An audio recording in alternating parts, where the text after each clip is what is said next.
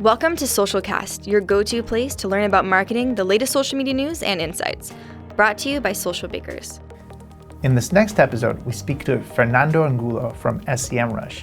It's exciting to have him on. He's a real expert when it comes to SEO, tracking organic growth, and what's going to happen in the future.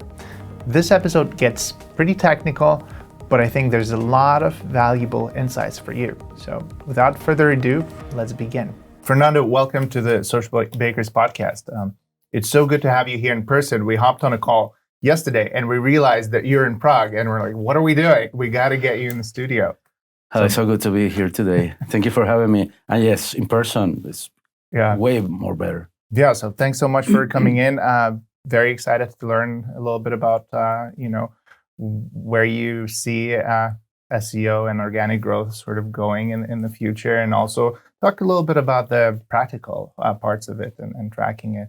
But before we dive in, actually, what's your role in SEMrush? SEMrush? Is it SEMrush or is it SEMrush? That's the question. That's the most important question. Actually, in United States, most of the people, they pronounce SEMrush. Mm-hmm. And in Europe, in this part of the world, they say SEMrush.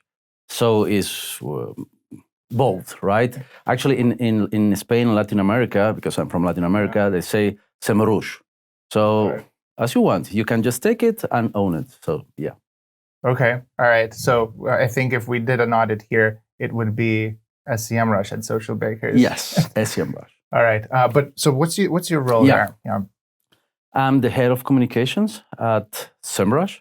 And of course, I'm working basically with our users in terms of social networks, our conversations with our community, and most importantly, the relationship that we have with our influencers all over the world. Right now, we have around 6,000 and more influencers. So the people who are basically connected with us, and they are in some relationship status with us as our writers, guest bloggers, speakers in conferences, authors for ebooks, or professors in universities. We are finding more and more every day. That's really cool. It is. Yeah. And okay, well, if we dive into the topic of SEO, and there's maybe some questions that we need to return to. For a long time, there has been this discussion between paid and organic, PPC, and sort of where is that now? I mean, we are currently sort of seeing that we're relying a lot on organic traffic, and of course, it's growing and growing more. And when we talk to some of our clients, they share similar thoughts. But what are you seeing? Is that still a discussion, or have we found our place? No, I believe that's not anymore a discussion the last, 2 3 years. Because there's a point. If you have goals, and the goals are in a short-term period of time, so you definitely need to go with PPC. To achieve some largest goal, you need to have a team doing PPC for the whole year, or doing campaigns for years to come, because that's a channel that is working. Is the budgets from the companies, they're not the same. They're changing a lot. So most of the companies are reducing their budgets for PPC because they're just trying to do something else. Not only, let's say, in social ads, not only pay that, but they want to try new platforms as well. In terms of organic, so most of the companies also are losing organic traffic, and that's something that is going to be coming for years to come. But SEO is not going to die, I believe, at least the 5 years to come, or maybe never, because SEO was dead, I don't know, since I entered the industry. Everybody was saying that organic traffic is not there anymore, but it's there, and backlinks are still working, companies are still receiving a lot of traffic from them, but it's going down. The traffic that is more interesting for everyone is direct traffic. So direct traffic is just going up and up and up and up, and it's staying there. Organic traffic, paid traffic, they're going a little bit down because of the perspective of the people with a brand, for example. Most of the searches are not related to overall broad things.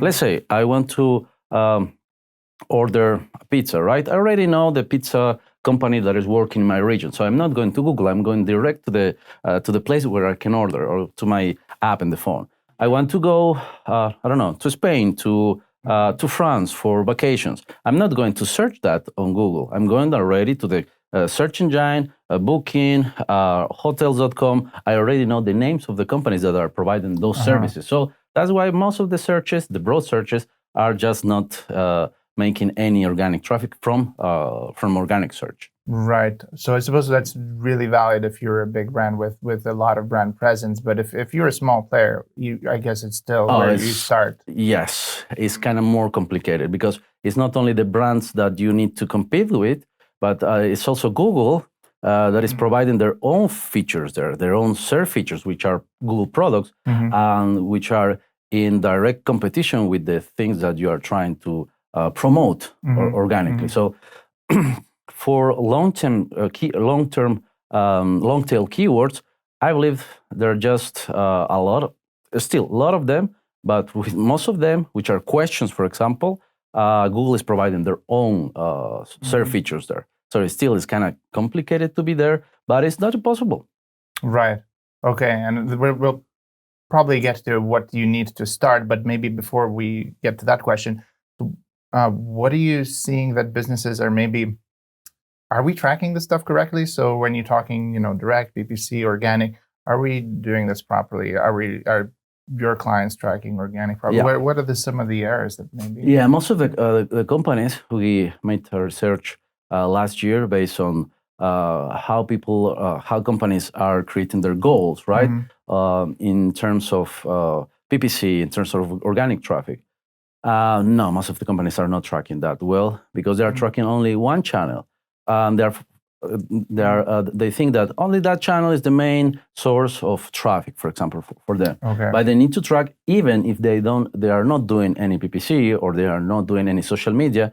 They need to track what is happening because there is life after the other channels. So actually, if you are promoting a service or a product, the market is so big, the digital marketing world is so big that you will be affected by anything that is happening around you.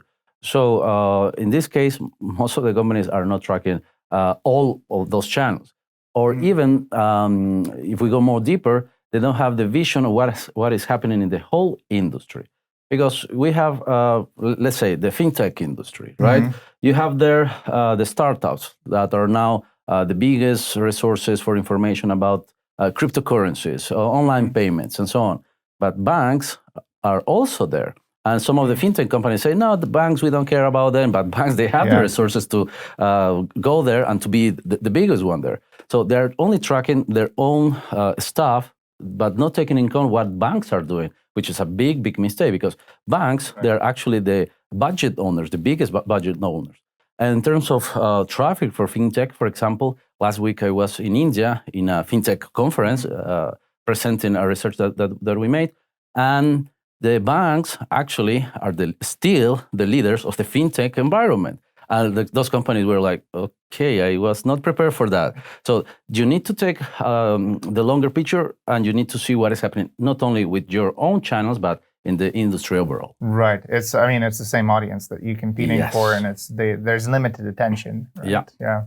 Okay. Yeah. I think that's really valuable for me even to consider. So something of what you're saying, but so I'm personally a manager of this area, but also for other managers for organic area. If you kind of step into the shoes of maybe a new role, where do you start looking that things are not working? Which stones do you have to lift? Well, if you are a manager in a brand, right, you are not starting your own personal webpage.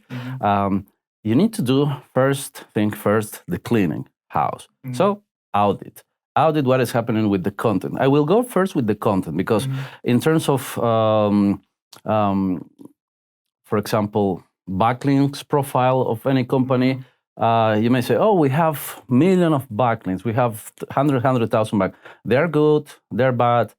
You did backlink audit. Most of them are toxic, are not toxic. Because when you are cleaning and you are getting the information about which of those backlinks are toxic, you just can clean it, send it a disable file to Google, and your traffic is gonna just go up immediately. So that's not anything difficult to do. in terms of the structure of the website, every website needs to have one thing in the place, crawlability. So if you have the best content, the best quality content out there, but Google cannot crawl your pages, so nobody's going to see what you are doing. And I have a lot of examples of big companies in the automobile industry. They are opening their offices in other countries because of Tesla thing and the revolution of electronic cars. And they're building new pages, right? They are building new subdomains of their pages in different languages. But they notice that if they make one mistake, for example, in international SEO, the whole section, the whole subdomain is not going to be visible for anyone. And there are companies that they have 1 year working and just hoping to get some traffic from, and they say, what is happening, right? So they just need to make things work. SEO, international SEO is the most difficult part. Do the audit. What is happening there? So first thing first, audit. Site audit, content audit, and backlink audit. If those things are good, you can go with content creation, content promotion, go with more resonance content, so promoting more the content that you have through paid channels, through social channels, to everywhere. But first, clean up the house. Yeah, you mentioned international SEO, and it's been an ongoing topic now for years. But can you still be a business with just a local site? Let's see, if you're a global automobile company, or do you really need to start, or you're too late if you actually start focusing on regional pages? No, I believe even in 2020, you still have some time to be there. But if you're going international, you need to have the right people to work on that, because it's the most difficult technical part on SEO. So you cannot be doing international SEO without an SEO team or without working with an agency. And the agency, they need to have the experience, because if you are migrating one website to another language, you cannot only translate. You need to have local people working on that, So that's another part of the budget that's going to be taken. So you need to have resources to do that in order to do it properly well. If you want to do international SEO, you need to have the personal trained to do that, and that's another field. So you need to learn about the standards, about which pieces of code you need to change, what type of canalizations you need to do with the pages that you want to be in display because of the cookies on different countries. Because right now we are here in Prague, a Spanish speaker, and I'm looking for something in English. So it's it's a mess. What is the results that the browser is going to be showing me? So the browser needs to receive that information from the web page. I know this guy speaks in Spanish, but he's consuming English content. But actually, I was living 20 years in Russia, right? So I'm going to be consuming Spanish, English, and Russian. So you need to build that powerful website. In terms of who is doing really well this work, Booking.com. Booking.com, they have an amazing international SEO team. Wherever you are, you're going to receive the content that you want to consume in your own language. Even if you are in India. I was in India, so I was living in Spanish with the Booking.in TLD, for example, which is fantastic. Brilliant. And you mentioned that it really comes down to, building the expertise and having specialists in different regions as well. And how should you approach it? Do you need an agency for this? Do you need to build a team internally? Is it risky to work with an agency? Is it not? Well, if you're an established brand, you will work not with only one agency, because you need to have the contacts of agencies that are working with processes. So this is a process that you need to have established already. If you're going to create a process from scratch inside of your company, that's something that can be useful at some point, but you're not going to be doing international SEO the rest of your life. So maybe that's something that you need to outsource, just having control what is the basic of maintenance, right? And then you can go with other stuff. But this is a maintenance part of your website that needs to be built, so you can go definitely with an agency. If you are doing by your own, I saw many companies that suffer. They think that, our website is not crawlable, nobody's seeing our website. Actually, it was a great example with one of the HubSpot pages. It was in Brazil. So they created the whole website for Brazilian people in Brazil. But they made a mistake that they put in the language code that this is Brazil from Portugal. So nobody was seeing that from Brazil. People from Portugal, yes, but no one from Brazil. And our friend Aleida Solis, which is a great SEO speaker, she detected that and she posted that on Twitter saying, hey guys, your page, nobody's seeing your page. How long it's been there? It was there like for half of a year. Oh no. Without any results. So for that, yes, I believe you need to outsource because your internal team can be doing something else, but your agency is going to be working just on that. Yeah, and it's so much work, and of course, as well, there's dev teams involved, and there's a lot of expertise needed. Okay, still some questions for me as someone maybe who needs to get a grip of what's working and what's not. So, if I come to work, do I check this stuff like daily? Do I go to dashboards daily? Do I check weekly? How would you recommend managers? Well, the workflow for many of our clients, we know that because we saw the activity on our service. So most of the people are doing the site audits on Sundays to receive the report first thing on Mondays. So from Monday, they just sending tasks to different dev groups, groups, or to different content marketing teams, so they can start building that. So having all things resolved on Monday, what tasks are going to be the next one to fix? That's something that most of like 80% of our clients are doing that. Okay. So Sundays are the days, are exactly the days when our servers are like working really hard because they want to have their reports on Mondays first thing. And from there, start resolving. Actually, a lot of companies are just swifting to work with 1 week goals. There was a time when most of the companies are working agile or with Scrum or with Canvas, whatever the workflow is. But we noticed that a lot of companies, because of the speeches that I'm doing, I heard a lot of stuff that they prefer to do 1 week sprints because they can have control about what is happening and to be flexible to change something on the way. If they are working for, 2 week sprints, 3 week sprints, it's more difficult. So a lot of companies are changing, only working for 1 week sprints, which is really good. Actually, we're doing that as well. It's working perfectly. Okay, I'm going to take that back to our devs team and try to advocate. Yeah, we switched back to 2, but maybe we'll go back.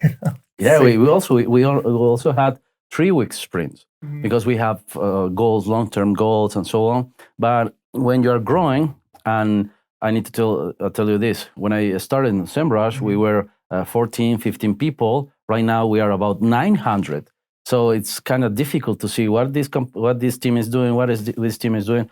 But if you are in 1 week sprints, you can see, okay, these are our goals. This is the main goal, and this is the things that we need to do. And if you can see the main goals of everyone, and that depends on the structure you have, of course, but it's easy to control goals that are really, really small, but are providing some results. Okay, let's peek into the future a bit. We were discussing it internally in our team, just for instance, voice search. Just how different the queries are for voice search. If you're diving into voice now, are you also late, or is it still just growing? And are we going to be able to track it separately, or do we kind of have to track it all together? How's that working? Yes, that's a brilliant question. Actually, the last 2 years, in every stage in the world, they were saying, at the end of this year, more than 50% of the people are going to be using voice search. That was in 2018. 2019, at the end of this year, more than 50% of the people are going to be using voice search. It was not happening. Right now, most of the people in US, UK, even France, and other countries, they are not just there. Why is that? Because of the assistants and because of the companies that are not using this technology. How to adopt this technology these days is very easy, and nobody practically is doing it. We made a research based on 20,000 search queries, the one that are basically questions, and we found out the sources where is Google taking this data? What is the source of voice search, right? And we found out that 80% of this of the results that are that's as a result are in a voice search are coming from search features. 70% are feature snippets, and 11%, 10% are coming from people also ask results. So in both cases, you have question keywords there. So more than 80% are coming from feature snippet. Let's say, let's take a look about what are the top 10 feature snippets, search features in every country. United States, feature snippet is in the 9th position. In UK is in the 10th position. So they are not taking this opportunity. So for having a feature snippet result, or people also ask, they just need to reformat the content, to repurpose the content, to have more links in the content, to migrate to HTTPS. So they still need to work with some changes in their home pages. But most of the companies are not doing nothing in this place. Also, for having a feature snippet, you need to rank at least in the first page of Google. So to have a ranking out there. 3 weeks ago, Google has changed that as well, because you could have two results on the first page. So the 0 position, the feature snippet, and your organic result. But 3 weeks ago, Google said, okay, that's too much exposure for companies. Let's delete the organic result. So if you are awarded with a feature snippet and you have here one other result, we're going to delete that. You're going to be to the second page of Google. Crazy movement from Google. It kind of makes sense. But if your companies like Quora, for example, or Reddit, and your traffic is coming because of the questions that people are starting conversations there, so people are not going to click on that result. They're not going to go to the second page of Google.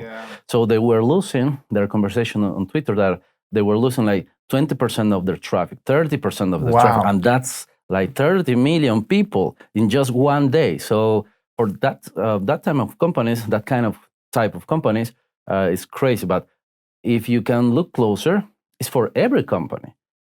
Because most of the people are searching for products and services through questions. And if all the questions are a feature snippet or a people also ask result, and if you have one of those, your result's not going to be there, you're going to be losing traffic anyways, because there are non-click searches, which are the 0 clicks that as in some research we're showing, people are not clicking those results, so you're not getting that traffic. So this is the question. Either you're going to have the voice search result with a feature snippet that is going to be working in the next 2, 3, 5 years, or you're going to still working on the traffic without having those feature snippets. So it's up to companies to choose. To make a choice. You mentioned Google updates, and that's a question that's haunting everyone. How do you guys keep up with it? Because Google's changing everything all the time. Is it? Oh, yes, 3, 5, 10 times per day, yes. Yeah. Is there resources that you can point us to? Of course. If people go to semrush.com/sensor, so this is not a tool. This is mostly like a report, like the Weather Channel. So this is a daily tracker of Google fluctuations, Google algorithm changes. We are taking a look what is happening with the search features, because if something is happening with the search features, that means Google experimenting, right?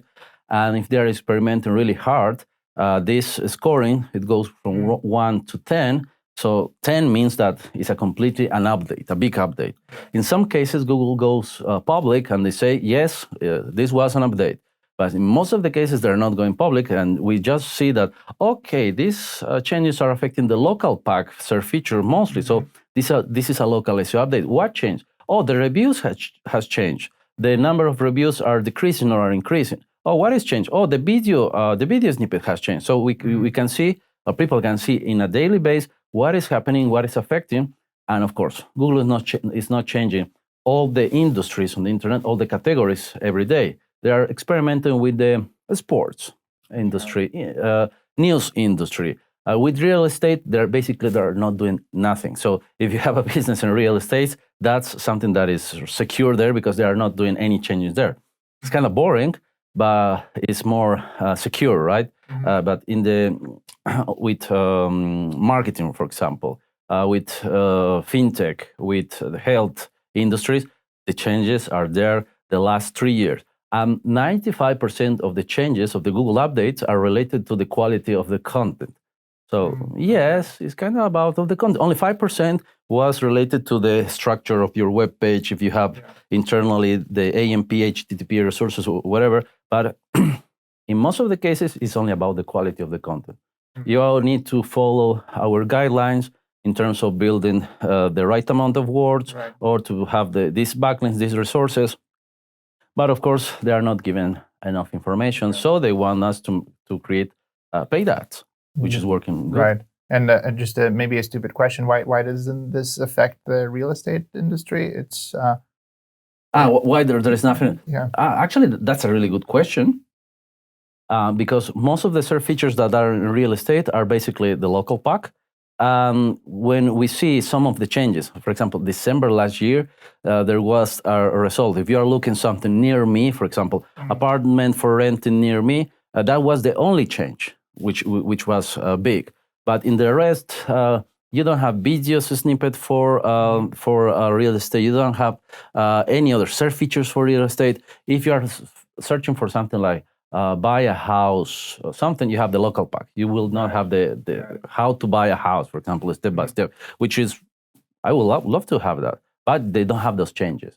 And there are some countries actually that Google was telling that from this year, from the last update that we have with BERT, so BERT is neuro network which understand any language, because it's a artificial intelligence content analyzer, whatever. So they are understanding all the intent of the people in every languages. But we found out that they don't understand some languages, like, for example, Hungarian, Finnish. Actually, there are a couple more, because they don't have search features for those. So search features in every country are like a quality metric of how Google understands your language. So if you are in, for example, also in Romania, I don't remember, I believe in Lithuania as well, because Lithuanian is kind of very difficult. Also Hungarian, Finnish, with Greece, they didn't have search feature snippet for. So there are some countries that they don't work really well with search features, which are, I don't know, like an opportunity for small businesses. They can create the content. At some point, Google is going to change that, and they're going to just grow immediately. Interesting. If we go back to the future question, what else is going to affect us in the future? So the big talk nowadays is security and data compliance. Is that going to impact how we track things? Are we going to see more direct and less attributed traffic? What are we going to see? Well, in terms of security, I'm kind of very pessimist with that, because we are already not there. So all the information that was just filtered through different hackers, and we are not. I believe we don't have any privacy anymore. All our emails, passwords. I believe in the moment. So this is only my personal opinion. In the moment when companies like, for example, Microsoft are working to provide a world without passwords. So passwords are the pain here, because it's really easy to hack them, any other password. But in terms of the of the future, any type of bio-scrolling, bio-detecting service, biosecurity services, for example, face recognition or retina recognition, whatever, that's going to be even better than any password. For these days, for example, in terms of search, you have voice search, you have voice recognition.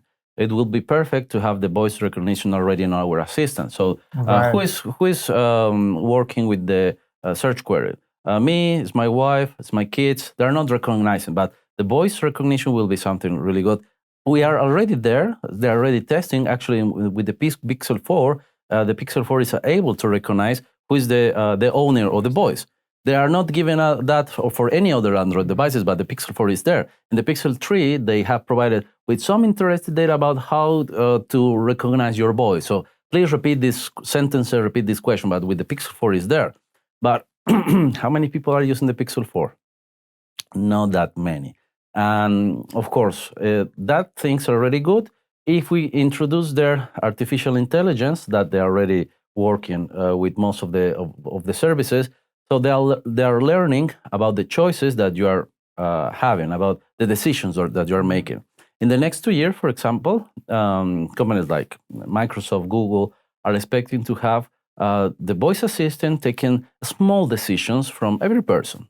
Like, for example, pay the internet monthly, pay your bills for whatever. So you don't need to think about paying anything because that's smart. That's not a very difficult decision.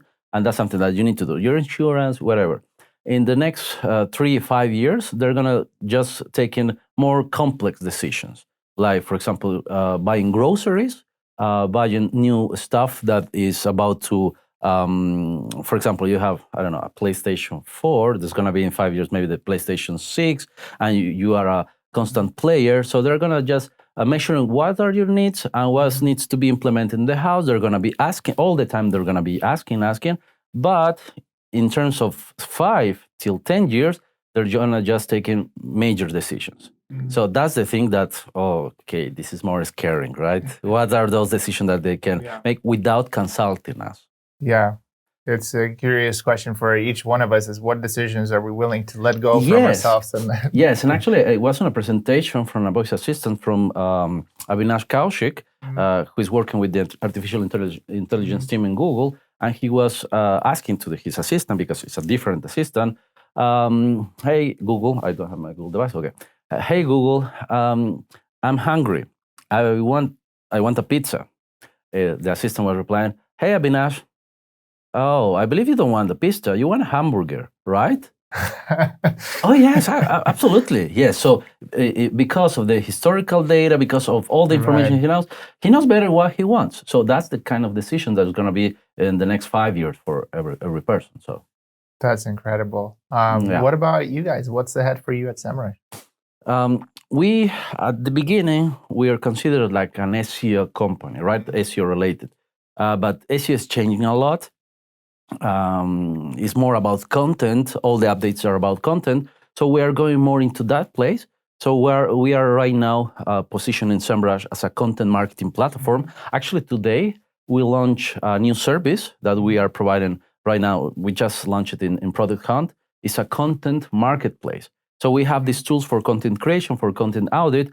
One of the tools that I really love and use on a daily basis, the SEO writing assistant, where you just need to enter one keyword, then you will have the structure of the content with the related keywords, with the related words, and it's like a gamification platform. Just put this here, put this here. Oh, you forget about your header, put this in your title. Use these links. The tone of voice is kind of very difficult to understand. Change these words. So it's a machine learning also algorithm that we have there. So all the things that it's so good to create content, right? But if you want to create, 50 pieces of content per day, maybe that's something difficult to do. So we have this content content marketplace where you can order already all the content that you want based on the key metrics. This content is good for Google. We have this is parameter. This content is good for people. Yes, we have this parameter. So we are giving people content with high scoring. I'm really looking forward to that future. That sounds like so much easier of a task to write an article, any page for our content marketers. Yeah, yes. You can have a lot of web pages. Actually, we have the plugin for WordPress, the plugin for Google Docs. So you just have your gamification platform, the SEO writing assistant there, and you just create the content, and you are receiving points because the quality of the content is increasing. And also we're checking if the content is original or not. Right. So this content is original enough or is not original enough to be published. Brilliant. Well, Fernando, thank you so much for sharing so many insights. And just, I think we were, 40 minutes or so, but it's a lot. This has been extremely valuable for me personally. And of course, the resources that you mentioned, we'll try to link to them. You mentioned the research that you did. Is there something else that maybe you'd like to lead us to, or where should we follow you, or where? Yes, actually, if you want to follow me, it's just on my LinkedIn, Twitter, Instagram, Facebook, whatever. I'm a public person, so you can just find me on any social network, Fernando Angulo. Or if you want to learn about more about our research in fintech industry, or about the feature snippet, or about voice search, we have on SEMrush the resources section, and all our resources are there in a form of ebooks, and you can download that. Yeah, so we'll link there. Thank you so much, and we hope to have you back another time to speak about this. Thank you very much. Next chapter. Yeah, it was a great time here.